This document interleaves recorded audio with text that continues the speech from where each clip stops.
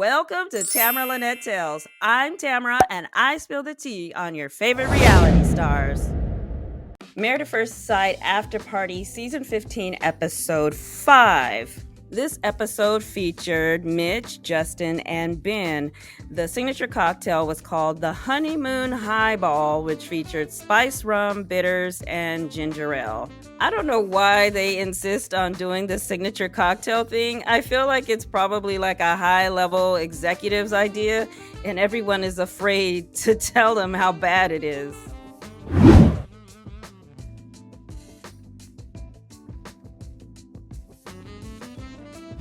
They played a clip of their wedding night when they discovered the bowl of condoms. Binh said that they kept it PG and that he really didn't have a choice because the condoms were too big. He thinks they were Magnums XL. Wow, how many men in the history of condoms have admitted that on national television? Mad props to you for keeping it real, Binh. So his first impression of Morgan is that she has a lot of energy and is ambitious and kind. He said he eats in his sleep. Child, if that's what it looks like to eat in your sleep, let me try that diet because your boy is ripped. But he said he didn't eat the cupcakes she gave him for his birthday because he placed them on the bed and accidentally sat on them. Now, as a sweets connoisseur, I imagine that the frosting was stuck to his shorts, but the cake portion was smashed on the plate. Now, if it were me, I still would have eaten the cake part. I'm not even gonna lie. Don't judge me. Keisha asked him what his type is when it comes to women. We didn't hear him answer the question, but he did say that his friends thought he would get a Blasian or a Filipino. It didn't sound like Morgan is his normal type, but then again, I could be wrong since we didn't hear his response. Keisha asked where he is now in his marriage. He said all of the other couples seem really lovey-dovey, but they are still figuring things out and trying to get to know each other. He feels like they're a little step behind the other couples, even though he's not trying to compare. Now, they're only 2 or 3 days behind the other couples. They are a difficult couple to read. They seem attracted to each other, but I can't tell if they feel like they have chemistry or not.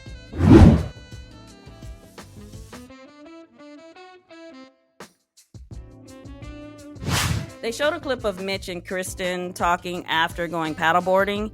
He told Keisha that he tends to go against the current in a lot of normal things in life. He was concerned that Krysten wouldn't be able to handle it, but she seems to be respecting his ways. Now, Keisha asked if he thought he was extreme, and he said no, he feels like he's normal and the world is crazy. Isn't that the first sign of delusion? Just kidding.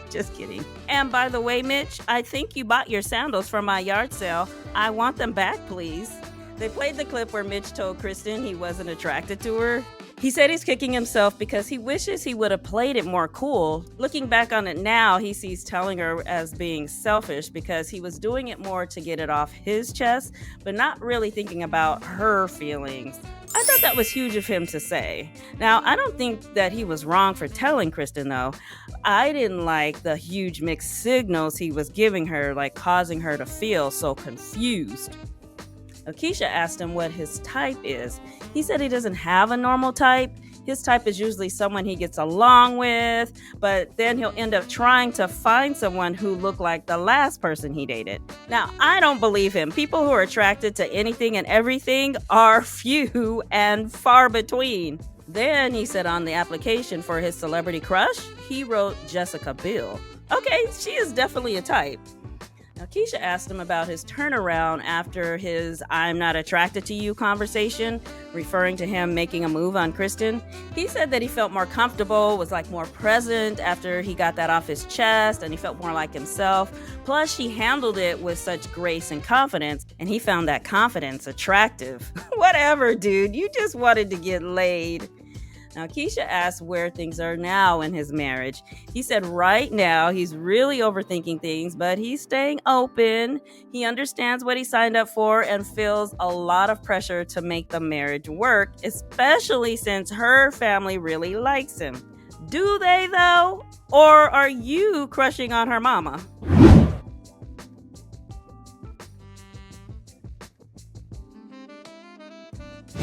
They played the clip where Justin was telling Alexis that he would put himself in harm's way for her, and she was like, ew. Keisha asked him how hard it's been to be able to be himself in relationships. He said that there was only one other relationship where he was able to be himself. See, I told you that he doesn't have much real experience with women. So Keisha and Justin were talking about that being both of his and Alexis' first time going horseback riding. He said Alexis's horse took off on her, but she loved it. But when his horse took off on him, it hurt his manhood while he was like pointing at his Charleston chew. Keisha was like, oh boy, I thought we were going to make it through an entire episode without talking about your manhood, but apparently we're not.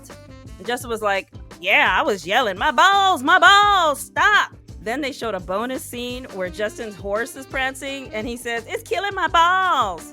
For someone who claims to be tired of women just wanting to be with him because of his pogo stick, he sure loves to talk about it far more than the average man. So they played the clip where Justin told Alexis that he loved her. When they came out of the clip, Justin was crying. He explained that he made his mind up that he was going to be fully committed to whoever they matched him with. Keisha asked, how do you know you love her? Great question. Thank you, Keisha. He said that no one has ever made him feel as secure and as good as she has. I'm happy he feels this way. I just hope he hasn't jumped the gun on those feelings. So Keisha played a scene from the boat trip where Ben and Morgan and Alexis and Justin were talking about how well their marriages were going. When they came out of the clip, Keisha asked what was the most memorable moment of the trip. Justin said that both he and Alexis got seasick. They both ended up laying down and didn't want to be bothered for a while. Then both Justin and Mitch told a story where Alexis jumped off the boat, but she did a back flop instead of a belly flop. And it was like super loud and everyone was like scared for her.